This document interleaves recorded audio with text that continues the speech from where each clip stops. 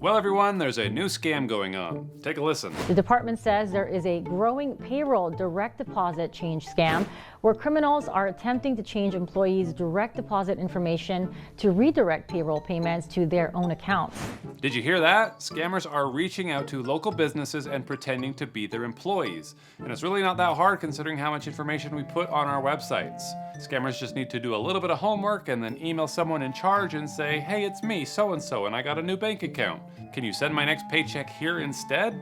And then that poor so-and-so employee who is supposed to get the paycheck wakes up on payday with no money because it's been sent to the scammer's bank account. You gotta admit, it's pretty clever. But I wanted to catch one of these scammers in the act, so it's a good thing that I met Jacob, who just so happened to get one of these payroll diversion emails. I'm in Northern California. I own a music studio. I have a team of 10 working for me. They're all professional musicians, and we spend our days helping people, realize their musical potential and achieve their musical dreams. One morning, we get this email from a person pretending to be one of our team members, asking to update their direct deposit information. Basically, change the bank account that their paycheck goes to. And they used the studio's name and my name and the employee's name. And the email address was very wonky, right? So I quickly realized it was a scam, but it still hurt, It was very personal and very direct. Usually scams are kind of more broad, at least the scams that we've been targeted with.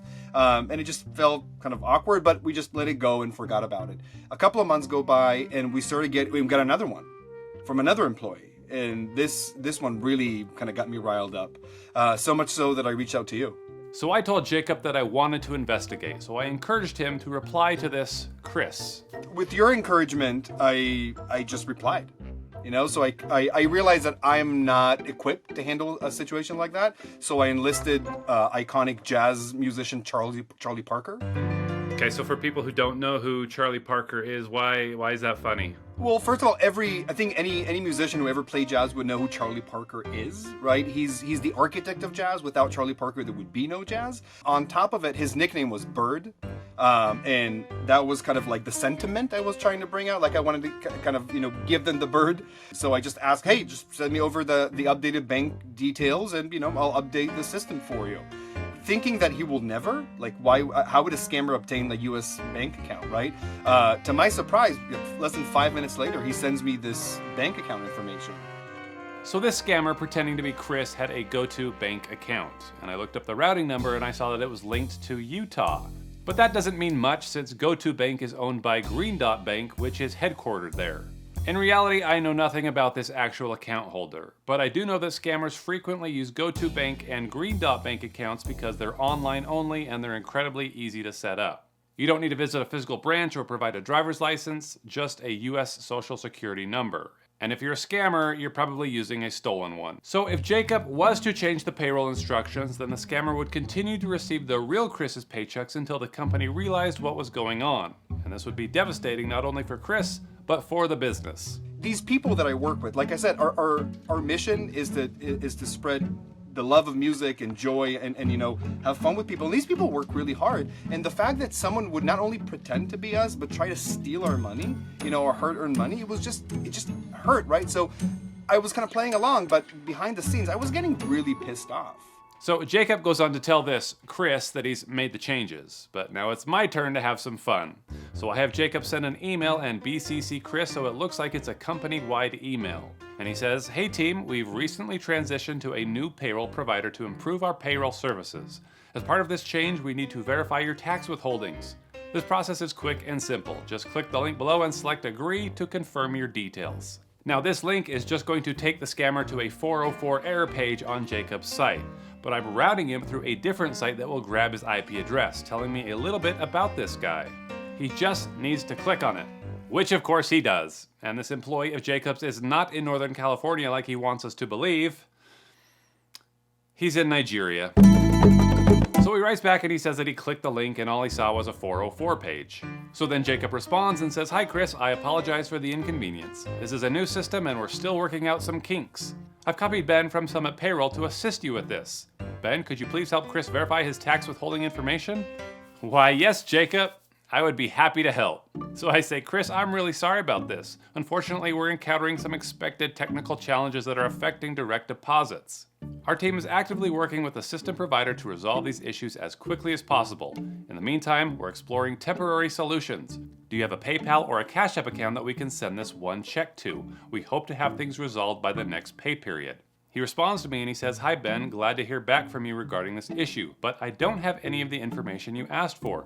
But I can collect it from a friend of mine for this paycheck to be paid to it only, and by next pay period I hope this issue is resolved as you said. Let me know if this is a wise idea. And what I'm doing here is I'm trying to see what other accounts he might be using to launder money. He actually gives me a Cash App account for a guy named Thomas Barnes. And since you can't set up a Cash App account in Nigeria, this is likely the account of one of his mules, a US citizen collecting the money for him. Now there's not a lot that I can do with it other than report it and hope it triggers some review of some shady transactions happening over there. But I tell Chris that we'll send this one paycheck there until we get the bank account set up. And of course payday comes and the money doesn't show up in his mule's Cash App account. So Chris writes me and he says, Hi Ben, I just want to let you know that I didn't receive the payment since on Friday and I don't know if it went back to you. But if it did, I want it to be added to my coming paycheck. I can wait till then. Okay, so something must be up with the Cash App account. It's no longer found and he's pushing me to send it to the GoTo bank instead. So I've got to change my strategy. I say, okay Chris, we should be good to go for this Friday. Do you have a phone number I can keep on file for you?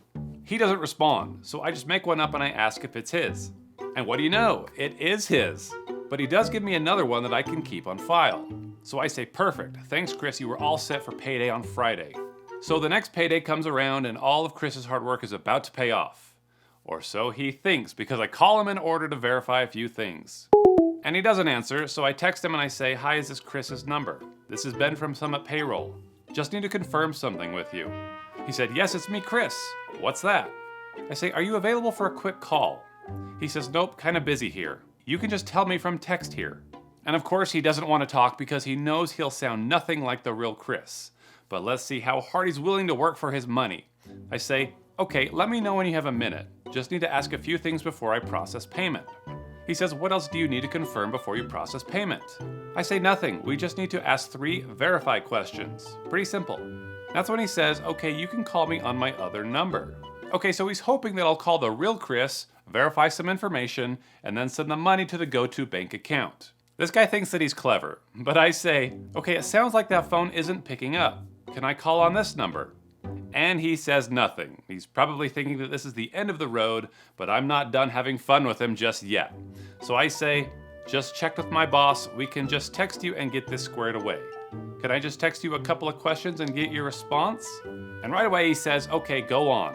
So I begin, and if you've ever called your bank, you'll know that it's pretty typical to answer a couple of verification questions.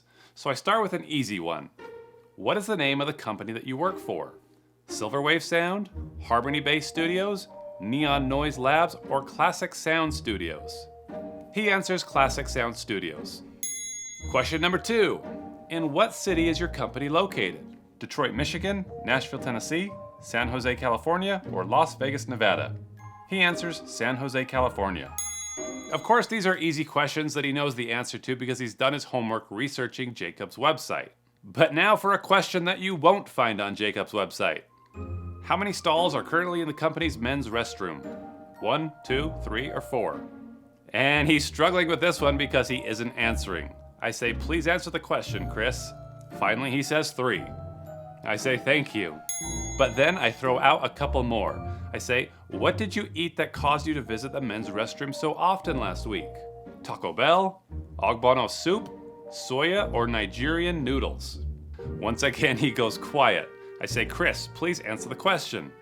He said, You told me there'd be 3 questions, so why asking me this again? I said, Because I need to let you know that the janitorial costs to repair the toilet will be coming out of your paycheck. The costs are exorbitant, so the company is conducting an internal investigation. What exactly were you eating that caused your feces to burn through the plumbing? He says, That has nothing to do with anyone, and you can go ahead and you can deduct the funds from my paycheck. I say, This has everything to do with you. It turns out that the repair costs exceed your paycheck amount, so we're going to be withholding your next 6 paychecks in order to pay for it. It appears that what emerged from you was not simply lunch gone wrong, but a biological event of such magnitude that the plumbing system designed to withstand earthquakes and hurricanes could not contain it. Emergency crews are currently assessing the damage, and our legal team is reviewing whether we need to classify the restroom as a Superfund site. And he didn't respond after that. Now, I know that I didn't bust him or expose him, but knowing that I wasted weeks of his time and imagining his reaction when he realizes it is just so satisfying. And if Chris ever stumbles across this video, I just hope that he knows how close he never was to getting anything. Oh, and Jacob has something to say too. A, you suck. You really do. But B, you're obviously talented, right? Like you figured out how to get all this fake documentation and reach out to people and target us. Use that talent for good, man. Just like find an honest way to make the world better, you know, and stop stealing money from people. You suck. Well, I couldn't have said it any better than that. I hope this was entertaining, and I hope you learned something, and remember to be careful what information you put online and how you respond to those who might try to target you. I appreciate y'all watching, and I will see you in the next video.